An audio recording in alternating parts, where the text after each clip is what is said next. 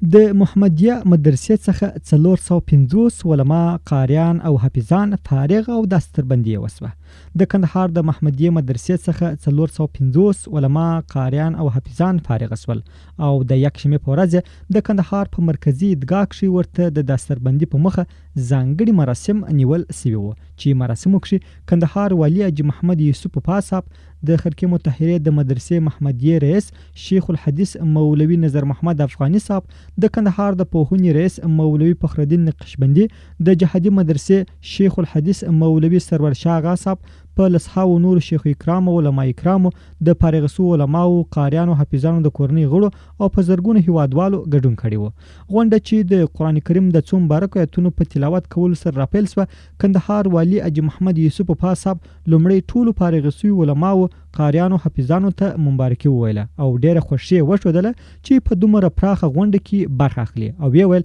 دا د هغو شهیدانو د وینو او قربانیانو برکت دی چې د اشغال د ختم په پاره خپل ځانونه قرباني کړل او نن د هغوی له برکته موږ او تاسو دلته سره راټول یو او د دستربندي په مخه د اسلامي نظام تر چتر لاندې دومره لوی غونډه جوړوه. غونډه کې کندهار والی ویل د دې نظام پالیسي همدا ده چې په افغانستان کې اسلامي سوچه نظام باید وي او د دې لپاره ټول مسلمان شپه او ورځ هڅه کوي چې په خبره دا داسې نظام دی چې ټول افغانان پکې عزتمند دي او د ټولو د سر مال او عزت ساتنه شوی او هم به وسی. دا نظام به ساتو ځکه چې هغه مجاهدین دا شل کاله چې موږ د اشغال په مقابل کې مقابله کوله،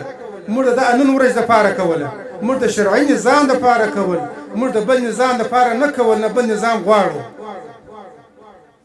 باید تاسو ټول ولس داسې پوه کړئ، داسې پوهاوی ورکړئ چې هغه هر فرمان ته لبیک ووایي، ځکه پر تکلیف نشي. دا خپل د شریعت په مقابل کې موږ ستاسو امیر المؤمنین شیخ صاحب هغه امیر عالم دی، شیخ الحدیث دی، نور علما ټول ورسره دي چې هر فیصله هر فرمان صادري هغه د شریعت په چوکاټ کې صادري. هغه همدارس پر ټول ژغ وکړ لکه څنګه چې د اشغال د ختم او د کفارو د ماتېدو لپاره ټول سره په یو اتفاق راسي اوس د کفارو د بلې جګړې چې فکري او تبلیغاتي ده او د افغانانو ذهنونه خرابوي له نظام څخه لري ساتي په وړاندې په یو اتفاق ووسو او د دې دا ناوړه مخې هم ورشنډې کړو. وروسته کې کندهار والی د فارغ شویو علماو ترڅنګ له ټولو علماو شیخ کرام څخه وغوښتل ترڅو د نظام د دوام ټینګښت لپاره کار وکړي، خلک له نظام سره کلک ملاتړ ته راوبولي، د ولس او ټولنې جوړونې ته پوره پاملرنه ولري او د خلکو ذهنونه په ښه او سالمه توګه وروزي. وایي چاته اجازه نه ورکوو چې دا که رسنۍ که په منبر که په مجلس کې که په هر ځای کې چې څوک د دې نظام خلاف خبره وکړي. دا د علماو مسؤلیت دی چې دا ټول خلک به پوه کوي، ځکه موږ تاسو به د امیر خبره ته انتظار کوو. دا خپل ملک به جوړ، ځکه ملک خلک ولس ډېر ستړي شوي دي چې دا مې جوړ کړي،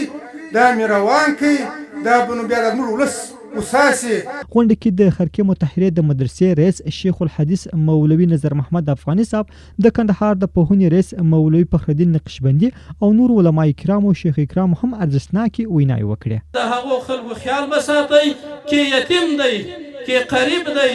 او که دغه رقم هغه مجاهد دی چې سهار تر ماښامه پر ما او تا ګزمه او پیره لري، د غله مخې نیولی، د یو بل رهزن مخې نیولی او دغه رقم د هغه چا په مقابل کې شپې سبا کوي چې هغه د الله د دین یا د اسلامي امارت په تخریب کې کوشش کوي. دا خلک بیا تر موږ تاسو لوړ دي، یو یې خو کفار وژلي دي او بل یې هم د الله عبادت کړی دی. په وروستیو کې د مسلمانو شیخ کرام او علما کرام له لوري ټول فارغ شوي علماو قاریانو حافظانو ته په نوبتي ډول دستربندي وسوه او وروسته دا لویه پرتمینه غونډه د دعا په ویلو سره پای ته ورسېده.